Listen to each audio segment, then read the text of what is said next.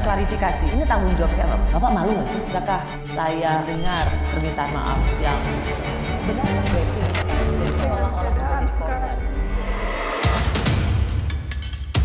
Ketua Umum PSI.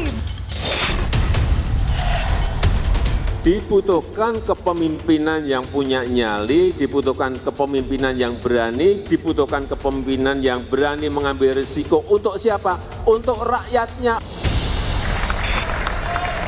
Terus terang, saya masuk politik itu ya salah satu inspirasinya bapak saya sendiri. Belum usai, kejutan Kaisang mendadak jadi Ketua Umum PSI. Belakangan kian kencang isu sang kakak Gibran Rakabuming Raka menjadi calon kuat pendamping Prabowo Subianto. Memang, putusan Mahkamah Konstitusi soal batas usia minimal Capres-Cawapres baru secara resmi diumumkan pada Senin 16 Oktober nanti. Meski begitu, Partai Gerindra di beberapa wilayah sudah berani mendeklarasikan putra sulung Presiden Jokowi itu sebagai calon wakil Presiden Prabowo Subianto. Bapak Haji Prabowo Subianto untuk berpasangan dengan Mas Gibran Rakabuming Raka. Mengusulkan saudara Gibran Rakabuming Raka sebagai calon wakil presiden.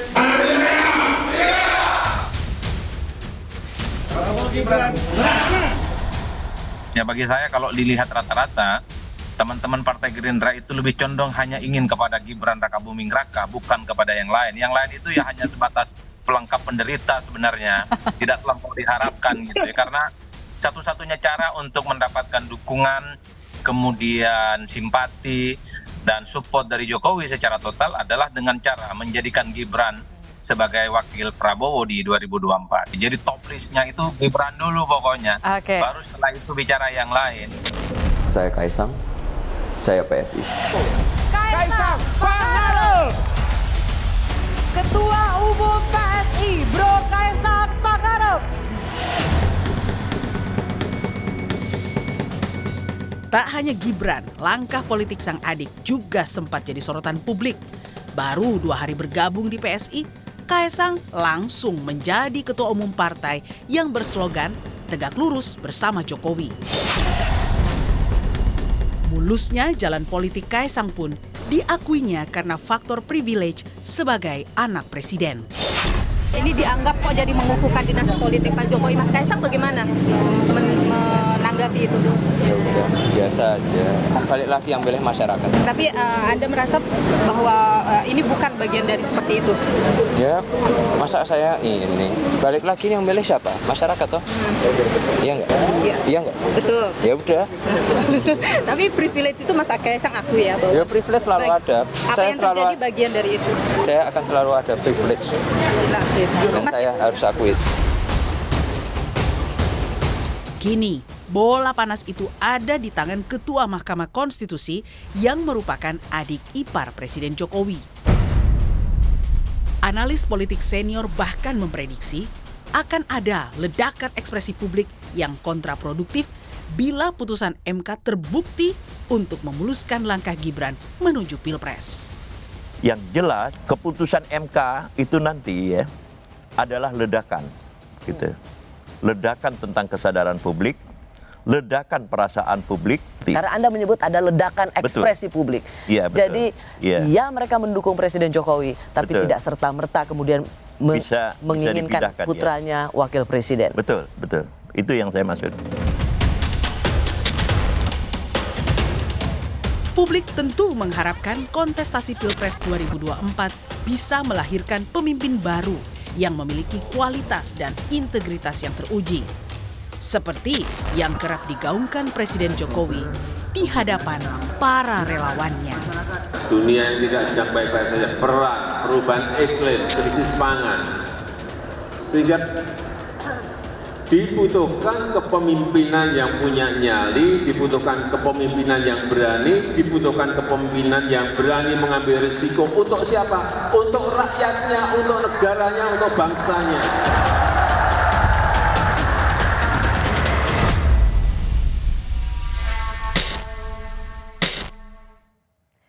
Saya sudah bersama peneliti politik dari ICS Yusof Ishak Institute, Singapura.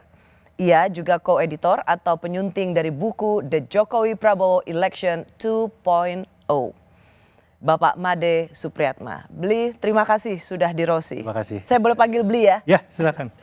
Bli, saya mau masuk dulu dengan diskusi kita karena Anda terlibat sangat aktif dalam penyuntingan buku Jokowi Prabowo 2.0. Nama dua ini dari 2014, 2019 dan sampai sekarang terus menjadi nama yang ada dalam putaran politik sentral Indonesia. Saya mau tanya dulu, apa sekarang menurut Anda dua nama ini dalam perpolitikan nasional? Dua nama ini sebenarnya dua nama yang dominan dalam politik Indonesia ya dari 2014 sampai sekarang ya. Dulu mereka bersaing satu sama lain untuk menduduki kursi nomor 1 dan kemudian mereka bekerja sama ya secara tidak sadar sebenarnya apa yang dilakukan oleh Jokowi itu adalah satu anomali. Saya belajar perbandingan politik ya agak tidak terlalu lazim bahwa orang mengangkat sekutunya yang kuat itu kemudian ke dalam posisi seperti Jokowi mengangkat Prabowo. Itu tidak juga lazim berarti, ya? menurut saya tidak terlalu banyak lah katakanlah ya. Yang belum menjadi lebih istimewa bagi saya adalah karir Prabowo setelah dia kalah 2019 sebenarnya sudah mati. Ya. Tapi Jokowi justru menghidupkan kembali. Pada waktu itu ada kekhawatiran yang saya dengar bahwa mungkin stabilitas politik akan terganggu kalau kalau Prabowo tidak dirangkul. Ya, jadi Jokowi Prabowo dari bertanding menjadi bersanding. Meskipun langkah Presiden Jokowi mengambil Pak Prabowo sebagai Menteri Pertahanan itu tidak lazim, tetapi itu kemudian banyak dipuji. Kenapa? Terutama kemudian kita masuk di masa pandemi. Bayangkan kalau masih ada oposisi besar di luar pemerintahan, maka kerja-kerja pemerintahan ini akan terganggu. Saya justru melihat itu sesuatu yang baik. Ya, kalau ada oposisi besar, kalau ada pandangan alternatif, kalau bahkan pada waktu kebijakan COVID kita, itu tuh kalau ada orang yang punya perspektif lain, itu akan jauh lebih baik. Jadi masuknya Prabowo ke kabinet Presiden Jokowi adalah matinya oposisi.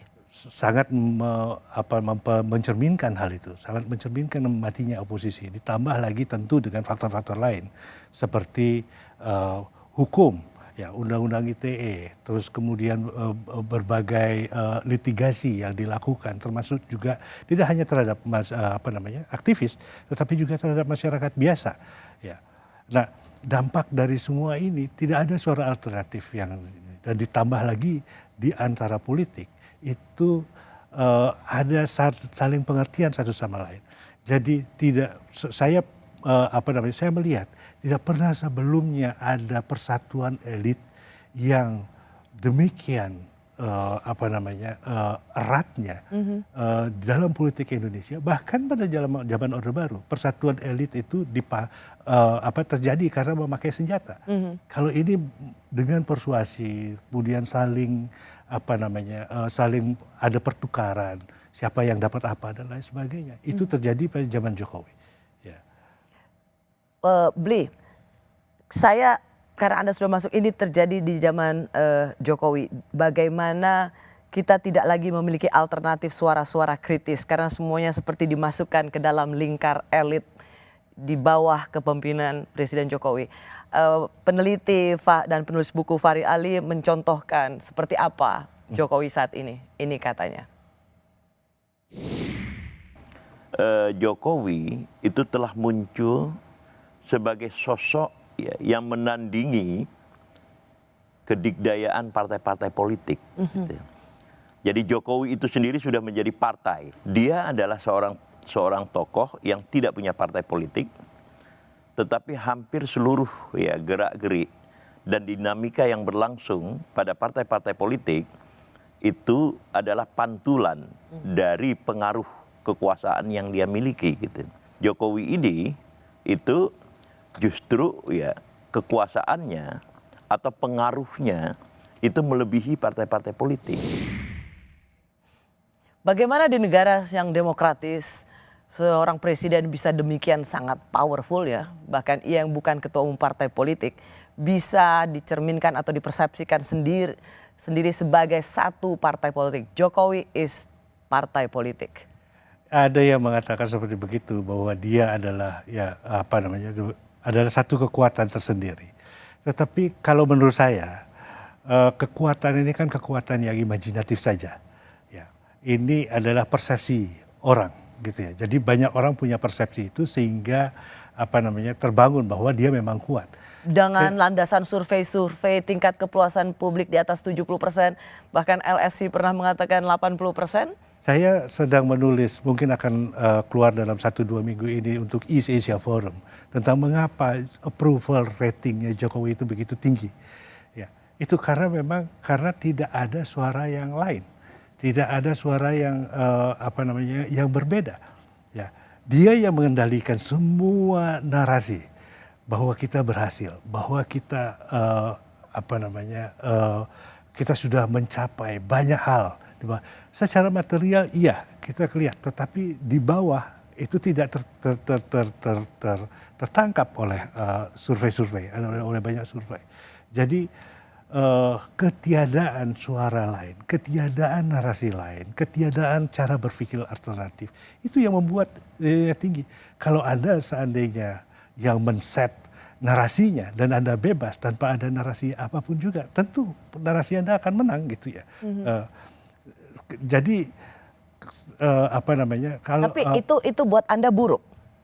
Tidak, ya dalam hal ini buruk karena kita tidak tahu apa yang terjadi. Kita tidak tahu suara yang sebenarnya yang terjadi, yang ada dalam masyarakat. Ya, jadi kalau menurut saya yang hasil polling kepuasan publik yang tinggi itu satu ilusi. Apalagi terus kemudian kalau dicerminkan pada bahwa ini menandakan bahwa presiden itu sangat kuat. Ya, presiden itu sangat kuat, tidak bisa dilawan dan sebagainya, karena approval rating itu tidak mencerminkan the real power. Tidak mencerminkan kekuatan yang nyata yang ada. Apa basis beli? Apa basis pernyataan Anda beli? Saya melihat begitu banyak. Saya berkeliling dalam beberapa bulan terakhir ini, saya berkeliling ke kota-kota khususnya di Pulau Jawa. Ya, begitu banyak ketidakpuasan. Dan itu tidak terekam oleh media. Pada tanggal 1 Oktober kemarin, orang memenuhi Tugu Yogyakarta. Ribuan orang di sana untuk menonton film Kanjuruhan yang dibuat oleh Watchdog. Tidak ada media yang meliput. Tidak ada satupun media yang meliput. Peristiwa yang begitu besar. Ya. Nah, ini yang membuat saya, karena semua media itu juga takut. Ya. Ada iklim seperti begitu. Saya mengalami 32 tahun. Jadi ada dua anomali perasaan di sini. Perasaan dukungan, ya, tetapi sekaligus juga perasaan ketakutan yang tersembunyi. Oh, ketakutan yang tersembunyi itu real. Dan saya berpengalaman 32 tahun hidup di masa Orde Baru. Ya, saya tahu persis. Saya bisa merasakan nadinya seperti apa. Ya, orang ketakutan orang untuk mengungkapkan perasaan sekarang. Bli, saya harus mengklarifikasi dulu dengan analisa Anda. Anda kan sebenarnya pendukungnya Pak Jokowi ya untuk menjadi presiden. 2014 ya. Ya. Bahkan Anda sempat mau disomasi oleh pendukungnya Gerindra karena Anda begitu kritis pada Pak Prabowo. Iya. Karena Anda pendukungnya Jokowi. Mengapa Anda sangat kritis sekarang? Ya, dari dulu juga saya sudah kritis. Setelah beberapa bulan sesudah Jokowi terpilih, saya mengharapkan lebih. Ya, saya mengharapkan reformasi yang terjadi secara lebih menyeluruh. Ya, tapi ketika itu Pak Jokowi mengangkat Wiranto. Ya, untuk saya itu a no gitu ya. Dan akhirnya kemudian saya realistis bahwa udah, saya cukup di sini saja. Saya kembali ke asal saya. Kritis terhadap kekuasaan, siapapun juga yang berkuasa. Itu. Ya. Baik. Dengan tingkat kepuasan publik lebih dari 70% dan menguasai berbagai lini kekuasaan, Presiden Jokowi bahkan dipersepsikan cawe-cawe dalam putusan MK soal batas usia calon presiden dan wakil presiden. Ini untuk anak muda pada umumnya kan kita juga bisa membaca dengan terang. Yang sudah masuk bursa itu cuma satu nama yang di bawah usia 40. yaitu Gibran. Jadi sementara itu sampai sekarang putusan MK-nya itu baru mau dibacakannya kemungkinan hari Senin. Ini injury time ini menjelang pendaftaran. Jadi saya kira ini suatu langkah yang sebenarnya tidak etis dalam hal memaksakan ada perubahan sistem ketatanegaraan secara mendadak melalui sebuah institusi negara dengan cara yang tidak lazim. Bahkan kalau ini dikabulkan, saya nanti bisa berargumen lebih jauh, lebih panjang bahwa ini sangat tidak lazim dan sangat tidak konsisten kalau MK sampai mengabulkan. Saya masih bersama peneliti politik dari Yusof Institute Singapura. Ia juga aktif menulis di berbagai media massa sebagai jurnalis independen, Pak Made Supriyatma, yang saya panggil Bli Made. Bli Made, dalam sepekan ini publik banyak membicarakan tentang putusan MK. Hari Senin tanggal 16 Oktober yang akan datang. Dan Pak Mahfud sendiri sudah memberikan semacam pertanyaan, kok lama sekali MK memberikan putusan yang harusnya mudah. Apakah memang lamanya putusan MK ini dan kemudian berakibat pada lamanya partai-partai politik menentukan calon wakil presiden, ini adalah sebuah waktu yang sebenarnya sedang dikondisikan? Ada kecurigaan seperti begitu, bahwa ini dikondisikan menjelang pendaftaran. Tetapi menurut saya keputusan ini ya memang ada suspense di sini ya, suspense karena menyangkut apakah Gibran akan anak dari Presiden Jokowi itu akan berhak untuk menjadi calon wakil presiden. Nah, di sini persoalan yang utamanya. Dan saya kira kita tidak usah terlalu peduli dengan itu. Yang saya melihat sebagai seorang pengamat politik, sebagai orang yang belajar di politik, ya saya melihat apa konsekuensinya gitu ya. Karena kalau MK menolak, itu apa konsekuensinya? Kalau MK menerima, itu apa konsekuensinya? Kalau sebelum ke situ boleh saya tanya dulu, ya. Bli. Putusan ini sangat dinanti. Ya. Dan kemudian bagi sebagian partai politik, kita bicara Gerindra misalnya, dan banyak pendukung Presiden Jokowi yang juga ingin Gibran sebagai calon wakil presiden, putusan ini sangat dinanti dengan pengharapan semoga diloloskan. Tetapi bagi sebagian yang lain, misalnya para intelektual, civil society, ahli hukum tata negara, putusan ini dicemaskan kalau meloloskan akan sangat merusak tatanan negara dan demokrasi. Anda di mana posisinya? Saya termasuk yang sangat mencemaskan. Mengapa? Apa yang Anda cemaskan? Sekali lagi konsekuensinya. Kalau seandainya diloloskan, diterima gugatan ini, berarti Gibran akan menjadi, kalau seandainya benar, terus kemudian Gibran akan menjadi calon wakil presiden dari Prabowo Subianto. Dengan kemungkinan untuk menang pemilu itu sangat besar. Konsekuensi di masa depannya yang saya lihat untuk negara ini. Apa konsekuensinya? Bukankah ini dianggap sebagai bagian dari pasangan paling sempurna meneruskan kebijakan Presiden Jokowi? Menurut saya tidak. Prabowo berumur 72 tahun. Harus kita akui. Punya keterbatasan kesehatan. Beliau sudah menderita stroke. Yang saya dengar 2 kali, entah benar apa enggak. Tapi yang jelas beliau pernah menderita stroke. Dan untuk seorang penderita stroke, dari yang saya ketahui, dari teman-teman dokter yang pernah saya ajak bicara, itu kemungkinan untuk terkena serangan lagi itu besar. Dan meletakkan beban kenegaraan di atas pundak orang yang punya masalah kesehatan seperti ini juga menjadi pertanyaan. Tapi kan untuk capres kan selalu ada tes kesehatan, dan kalau lolos saja berarti negara sendiri dengan tim dokter yang luar biasa hebatnya memastikan bahwa bisa mengemban tugas negara yang super berat. Oke, kita terima itu, tetapi kita juga tidak bisa menafikan konsekuensinya, menghitung resikonya. Nah, kalau seandainya terjadi apa-apa, mudah-mudahan tidak gitu ya, pada diri presiden. Kemudian Gibran harus mengambil alih kekuasaan dengan umur yang sedemikian muda, dengan pengalaman yang sedemikian minim. Apakah itu tidak akan menimbulkan krisis di negara ini? Apakah para pemain-pemain politik besar yang benar-benar menguasai partai, yang menguasai sumber-sumber kekuatan politik di negeri ini, itu akan berdiam diri? Tapi di other way around atau dalam konteks sebaliknya bagi para pendukung Presiden Jokowi melihat bahwa ya malah bagus, berarti betul-betul legasinya Presiden Jokowi akan diteruskan oleh putranya sebagai presiden. Apakah dia akan bisa memerintah? Itu persoalan utamanya. Gibran bukan Jokowi. Ya. Apakah dia bisa memerintah? Dan semua kekuatan-kekuatan politik ini akan berlomba-lomba untuk mengontrol presiden yang tidak berpengalaman ini. Terus di mana dia? Ini akan pelik sekali. Ya. Jokowi didampingi oleh begitu banyak penasehat, mantan jenderal dan lain sebagainya, dan dia bisa menyerap itu.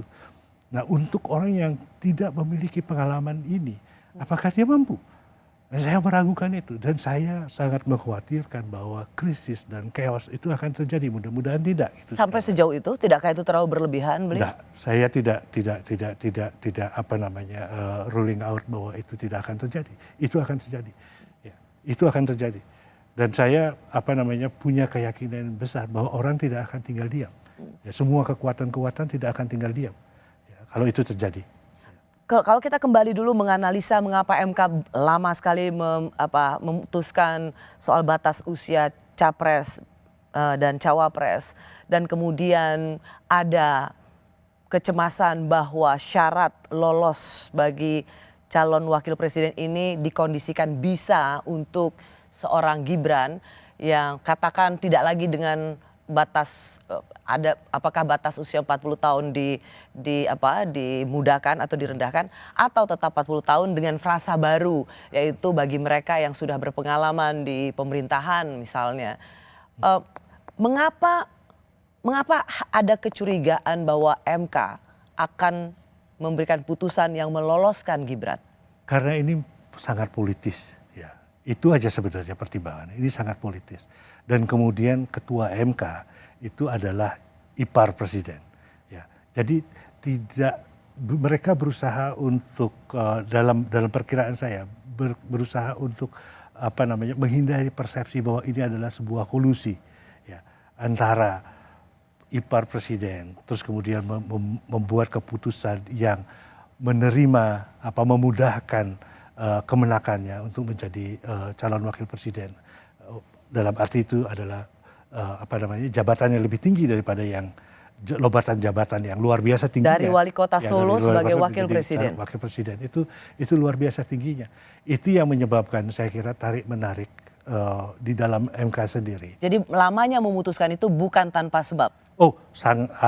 Faktor politis itu sangat besar menentukan ini. Pertanyaan saya begini.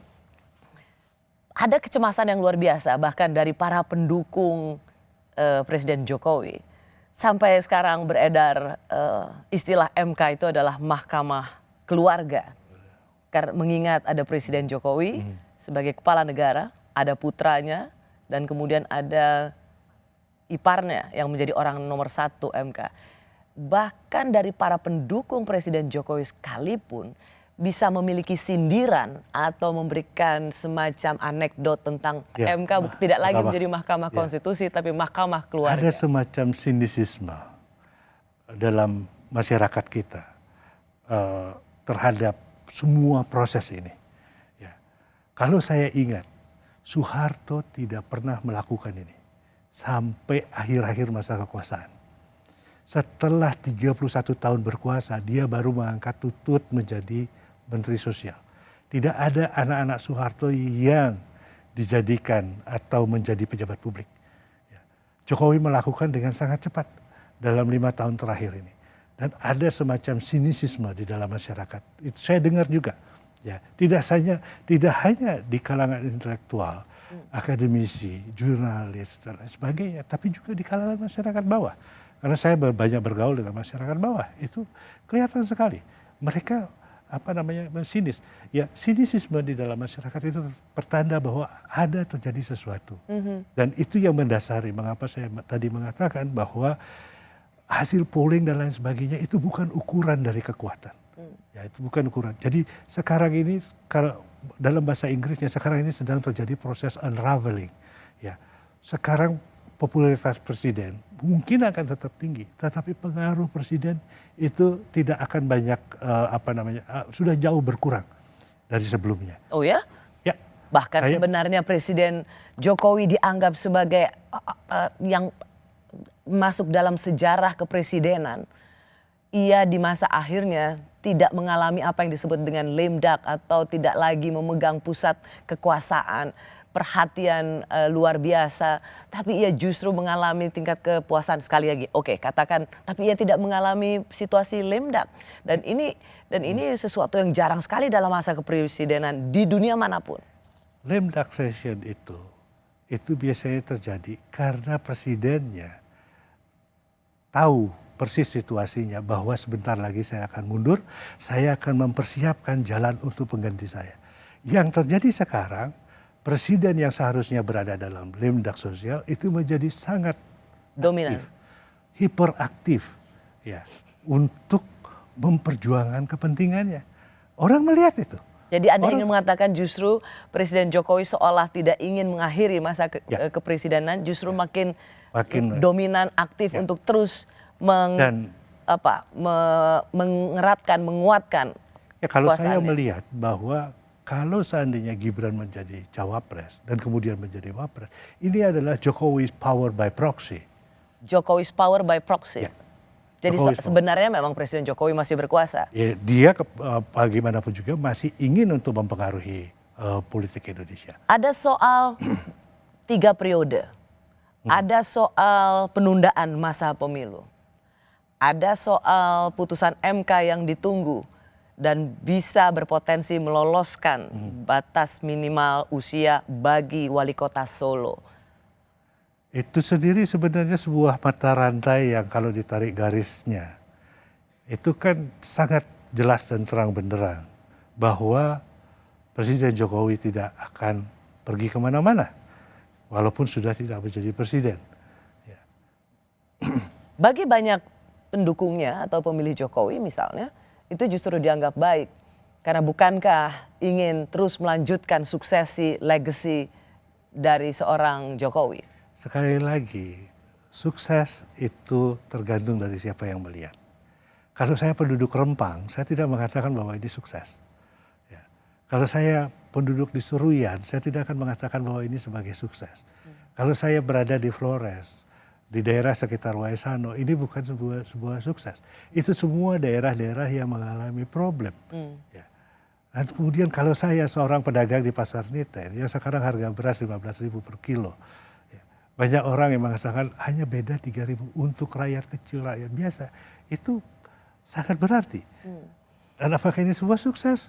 Kalau kita tanyakan, ya mungkin sukses. Karena kita punya jalan-jalan yang bagus, punya ini orang punya mobil yang lebih bagus dari dulu gitu ya. Tetapi kan itu untuk sebagian orang. Ya.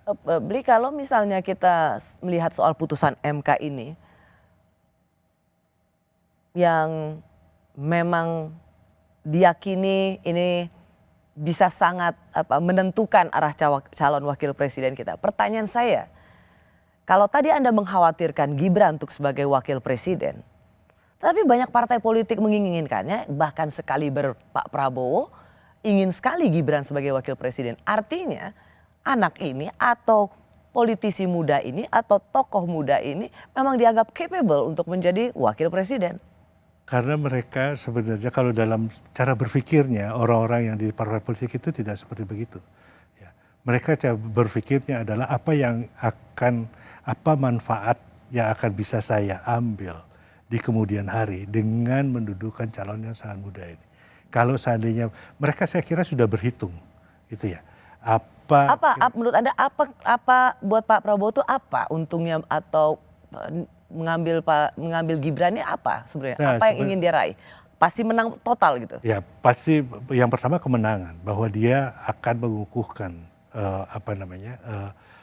pendukung-pendukung Jokowi untuk ke dia. Dari dulu memusuhi dia, sekarang akan memilih dia. Prabowo itu punya problem besar karena 2 kali kalah dengan Jokowi. Jadi dalam anggapan orang-orang Gerindra bahwa dengan menyatukan, membuat sinergi kekuatan antara Jokowi dengan Prabowo, maka mereka akan menjadi satu Kekuatan kekuatan yang dominan. dahsyat Ya, dan kekuatan dominan. yang dominan. Ya. Tapi saya masih percaya pada rakyat Indonesia. Rakyat Indonesia adalah pemilih yang rasional, dan kita senang memilih gitu. 70% voters turnout gitu ya, 70% dari pemilih memang memilih gitu ya. Saya kira, dan mereka belajar dari banyak pilkada. Itu saya belajar bahwa pilkada, kalau Anda menjadi kepala daerah, kalau Anda tidak deliver, kalau Anda tidak sukses, itu Anda akan terpilih lagi. Sebagian besar itu kalah. Ya. Nah, ini juga seperti begitu. Kalau mereka sekarang itu Prabowo, dulu ada anggapan bahwa dia adalah lawan Jokowi, sekalipun dia pasang Gibran di situ, belum tentu dia akan sukses. Ya. Belum tentu. Saya mengatakan itu belum tentu. Jangan. Mengapa Gibran selalu diusung sebagai wakilnya Prabowo dan menanti putusan MK yang berpihak pada penurunan usia supaya Gibran bisa masuk? Karena hampir semua politisi mengatakan ini auto menang. Nah, saya tidak percaya. Ya. Apakah PDIP akan diam? Apakah kekuatan-kekuatan Islam modernis yang dulu setengahnya mendukung Prabowo dan sekarang kemudian ke Anies Baswedan itu akan berdiam diri? Saya tidak yakin itu. Ya. Publik sudah tahu antara Jokowi, Gibran dan Ketua MK punya hubungan keluarga. Jika nantinya putusan MK ini menguntungkan Gibran, apakah putusan ini layak dicurigai? Optimis apa sih kalau kakak nanti nyalonin cawapres didukung atau gimana? Oke. Oh, Pak Wali Kota. Ya kalau Pak Wali Kota jadi cawapres, balik lagi saya harus fair, saya harus mendengar aspirasi dari seluruh teman-teman di PSI, di DPD, DPW semuanya. Karena balik lagi kita mengambil ini keputusan bersama, bukan karena saya dekat dengan Pak Wali Kota atau apa seperti itu. Tapi kalau secara pribadi mendukung ya? Apa? Secara pribadi mendukung ya? Untuk Pilpres kapan akan deklarasi? Sabar. Belum. Saya masih bersama peneliti politik Made Supriyatna yang juga menjadi koeditor buku The Jokowi Prabowo Election 2.0. Beli Made, tiba-tiba ada yang jadi ketua umum PSI, lalu kemudian menanti putusan MK. Kemana arah rentetan peristiwa ini? Apakah ini sebenarnya kebetulan belaka? Tiba apa satu berdiri tidak ada kaitannya sama sekali, atau ini semua sebuah rentetan peristiwa yang telah didesain? Dalam politik itu tidak ada kebetulan, Mbak. Ya, itu yang pertama. Ya, bahwa ini semua tentu sudah diperhitungkan, sudah ada yang memperhitungkan langkah-langkahnya dan lain sebagainya. Tidak pernah ada orang berpolitik itu karena semuanya itu menunggu nasib gitu ya, atau menunggu kejadian kemudian baru diantisipasi, direspons gitu. Enggak. Ya. Apalagi kalau melihat Kaesang yang selama ini lebih identik dengan pengusaha, dan Presiden Jokowi juga sendiri mengatakan anaknya lebih suka jadi pengusaha. Ya, saya ini tipikal politisi ya. Dalam catatan saya itu 6 bulan sebelum Gibran menjadi wali kota Solo, Pak Jokowi masih bilang bahwa anaknya tidak tertarik politik. Anak-anaknya tidak ada yang tertarik politik. Ya, mereka lebih tertarik pada bisnis. Tapi 6 bulan kemudian apa yang terjadi? Menantunya dan anaknya menjadi calon wali kota. Dan mereka pun juga menjadi pengusaha, kan tidak terlalu, bukan pengusaha yang, ya maaf ya saya tidak merendahkan, tetapi dibandingkan dengan banyak pengusaha-pengusaha seusia mereka dan lain sebagainya yang jauh lebih sukses gitu ya. Tapi pilihan menjadi politisi mungkin lebih menarik untuk mereka gitu. Dan itulah yang mereka lakukan. Dan itu tidak terjadi secara begitu saja gitu ya. Pasti saya jauh sebelum itu, karena saya juga peneliti, saya juga jurnalis, saya juga sudah mendengar bisik-bisik bahwa ini akan diproyeksikan ke sini, ini akan diproyeksikan ke sana. Sudah ada bisik-bisik seperti begitu. Dan tidak ada satu rentetan peristiwa yang berdiri sendiri. Tidak ada satu rentetan peristiwa yang berdiri sendiri. Ya. Kalau misalnya kemudian dikatakan Presiden Jokowi tengah membangun dinasti, dimulai dengan wali kota Solo, sang anak, menantu menjadi wali kota Medan, dan kemudian ketua umum sebuah partai itu juga anaknya Presiden Jokowi, menanti putusan MK. Tapi ada juga mengatakan bahwa ini, atau misalnya pembelaannya Presiden Jokowi misalnya mengatakan, loh ini kan dipilih oleh rakyat, bukan dipilih oleh saya langsung. Ya, siapa yang memilih rakyat? Kalau Kaisang menjadi ketua PSI itu kan tidak dipilih oleh rakyat. Ya kan? Tapi Anda sedang mengkoreksi pernyataannya. Iya, itu kan dipilih oleh beberapa orang yang pimpinan dari PSI gitu ya. Dan kemungkinan juga ada desain di balik itu gitu ya. Kita tidak tahu, tapi kita boleh mengatakan tidak. Tetapi bahwa seorang dengan usia semuda Kaisang itu memimpin sebuah partai yang bernama PSI, itu oke untuk saya gitu ya. Dalam sejarah kita tidak terlalu ini tidak terlalu asing ya. Para aktivis nasionalis Indonesia itu pada umur-umur 26 gitu sudah menjadi aktivis dan sudah memimpin partai gitu ya. Jadi bukan soal umur mudanya sebenarnya, tetapi rekam jejak apa yang sudah aktivismenya, itu yang paling gerakan dia di bidang sosial politik. Itu yang paling membedakan. Orang seperti Alimin Musso katakanlah pada waktu zaman sebelum kemerdekaan, mereka punya visi tentang masyarakat apa yang mau mereka ciptakan gitu ya. Kalau kalau saya melihat pidatonya Kaisang itu, saya rasa sebuah pidato yang sangat baik sekali ya. Misalnya terus terang saya masuk politik ini ya salah satu inspirasinya bapak saya sendiri, Jokowi. Beliau ini orang yang sangat saya cintai dan saya hormati. Saya ingin mengikuti jejak beliau untuk berpolitik untuk kebaikan kepada. Saya ingin menyampaikan izin, saya mau menempuh jalan ini ya Pak, semoga Gusti Allah memberkahi jalan yang saya pilih. Ini sebuah pidato yang baik tentang anak muda yang terinspirasi masuk politik. Betul. Tetapi apa yang akan dilakukan dengan politik? Saya bisa mengatakan bahwa saya akan menciptakan masyarakat baik, tapi masyarakat macam apa? Ya, masyarakat, apakah masyarakat yang dimana setiap orang bisa bersekolah ya tanpa mengeluarkan biaya spesial pun? Itu masyarakat yang baik. Ya. Detailnya itu tidak ada, ideologinya itu tidak ada, idenya di balik ini yang membuat orang termotivasi terjun ke politik itu yang tidak ada.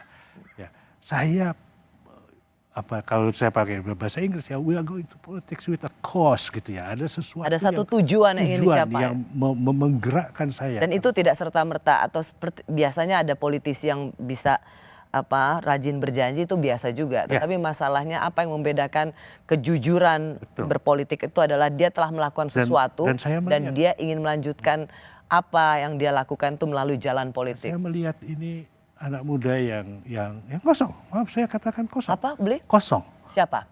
Kaisang. Ya. Kosong, tidak ada apa-apa. Melihat sesuatu kalau dia ditanya, ya memang begitulah. Nanti rakyat yang menentukan. Rakyat siapa? Gitu kan. Nah, partai yang dia pimpin itu hanya punya 2,4% loh dalam pemilu 2019. Dan saya tidak terlalu optimis bahwa dia akan bisa lebih dari itu pada tahun 2024 kalau melihat data. Masuknya Kaisang ke PSI juga pasti bukan tanpa desain politik yang disetujui. Meskipun Presiden Jokowi mengatakan bahwa ia sudah dewasa, punya kartu keluarga sendiri, jadi bisa menentukan. Dia masih tinggal serumah. Menurut Anda, ini tidak? Sama sekali tidak. Sekali lagi tidak. Artinya Presiden Jokowi memberikan blessing? Ada blessing dan bahkan juga desain. Bahwa Presiden sendiri dengan orang-orang dekatnya itu memang ini by design. Ya. Jadi tidak hanya karena kemampuan bahwa Pak saya mau begini gitu terus kemudian oh ya silahkan ya. Enggak.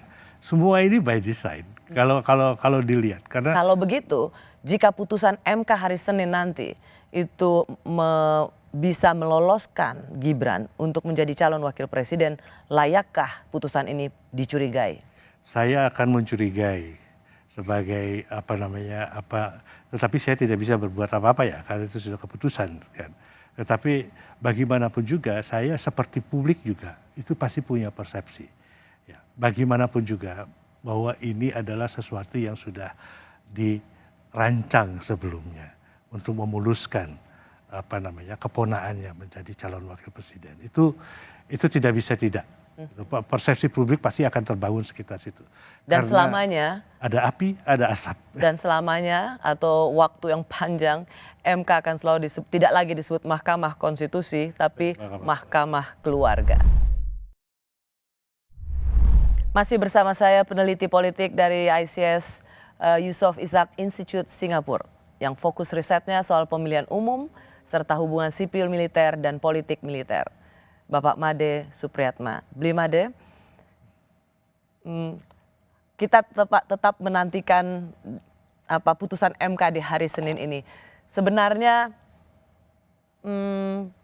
kita terlalu seuzon nggak sih kalau begitu melihat bahwa ini putusan pasti akan memuluskan langkah Gibran.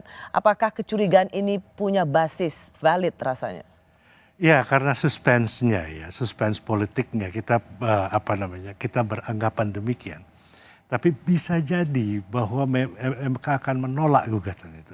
Ya, bisa jadi. Ya.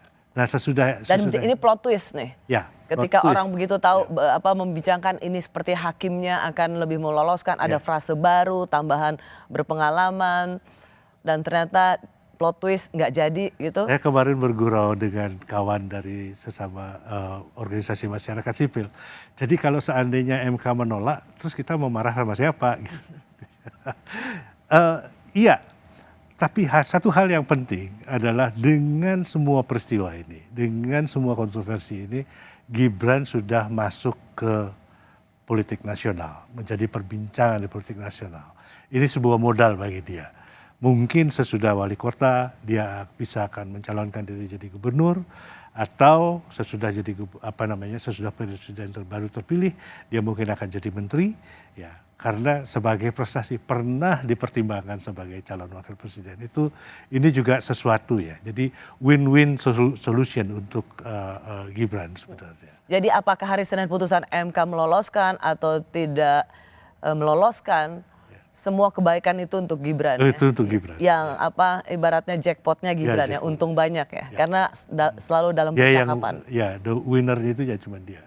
The winner is only for Gibran. Pertanyaan saya selanjutnya, Bli.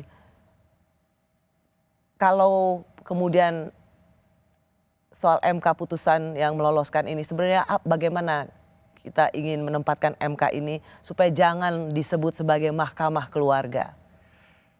Saya kira MK kan sebenarnya bukan mereka hanya mengkaji konstitusi kan. Jadi kalau menurut saya mereka harus bijaklah, bukan tanpa alasan bahwa para pembuat hukum dulu mengatakan bahwa batas usia itu 40 tahun. Itu usia yang dewasa, usia yang mature, ya. Artinya orang bisa, walaupun orang sudah pernah menduduki jabatan publik sebelumnya, tapi itu sebuah plus kalau dia sudah berumur 40 tahun. Atau kalau mau diubah ya diubah aja di DPR. Itu langkah yang paling tepat gitu ya, biar para pembuat undang-undang yang memutuskan, itu bukan MK ya. Karena ini MK kan hakim-hakimnya juga terbatas itu kan. Dan tidak merupakan elected officials, mereka dipilih oleh DPR dan pemerintah kan. Nah, kalau menurut saya jadi MK benar-benar harus memperhatikan ini. Harus bijaksana betul. Karena ini konsekuensinya sangat mempengaruhi bangsa di kemudian hari. Dan juga tentu Pak Presiden Jokowi. Dan tentu Pak Presiden Jokowi. Saya kira itu agak tidak bertanggung jawab untuk memberikan, sekalipun mungkin di matanya Pak Jokowi ini adalah putra terbaik yang dia persembahkan kepada bangsa, tetapi lihat semua konstelasi politik yang tidak tetap, itu akan bisa berubah. Dan tahun depan Pak Jokowi tidak akan menjadi presiden. Anda tentu kan melihat bahwa begitu banyak orang bilang bahwa ini akan jadi capres, ini akan jadi ini gitu ya, ketika dia masih jadi Panglima TNI kah, atau ketika dia menjabat, oke, dia punya power. Tapi ketika dia tidak menjabat, itu dia tidak punya power. Dia tidak punya power apapun juga. Ya, sulit. Untuk bahkan ketika itu, saya masih ingat ucapannya Pak Surya Paloh, apakah sesudah tidak berkuasa itu Pak Jokowi tidak akan memerlukan Nasdem? Kalau Pak Jokowi tidak menjabat, apakah dia akan bisa menemui Bu Mega semudah seperti ketika dia menjabat? Apa pesan yang ingin Anda sampaikan sebenarnya? Saya menyampaikan bahwa ya time is up. Pergilah dengan seperti proses normal. Ini lame duck session dan jangan terlalu overconfident. Karena menurut saya Pak Jokowi sangat Pak Jokowi sekarang ini overconfidence terhadap kekuasaannya.